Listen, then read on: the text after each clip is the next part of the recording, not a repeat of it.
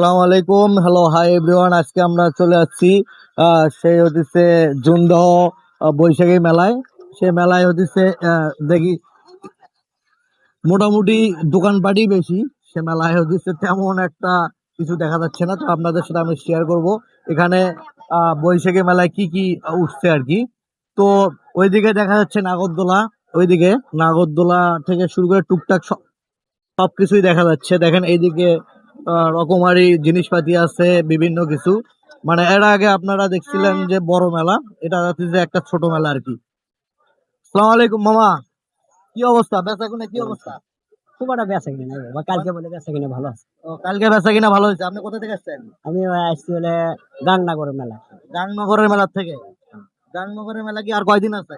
আজকে আমি শেষ। ও, গাংনগরের মেলাও আজকে থেকে শেষ। মানে বেচা কিনা তেমন নাই, না বেচা কিনা এখন নেই। হালকা না? কারণ আমি এখানে যতটুকু দেখতে পাচ্ছি, দেখেন দোকান আজকে শেষ দিন এই মেলার। যার কারণে হচ্ছে লোকজন আসলে তেমন হারে নাই। দোকানদারের সাথে কথা বললাম, দোকানই বেশি। এখানে ঘুরে ঘুরে একটু দেখাই। আহ, মি- দোকানে আপনার বেশি, কিন্তু তেমন লোকজন নাই আর কি।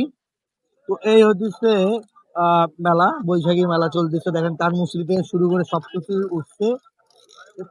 তো আমরা এই মেলায় হচ্ছে আমরা কিছু প্রশ্ন ধরবো আর কি। হ্যাঁ, লোকজনের মাঝে বেশি প্রশ্ন ধরবো।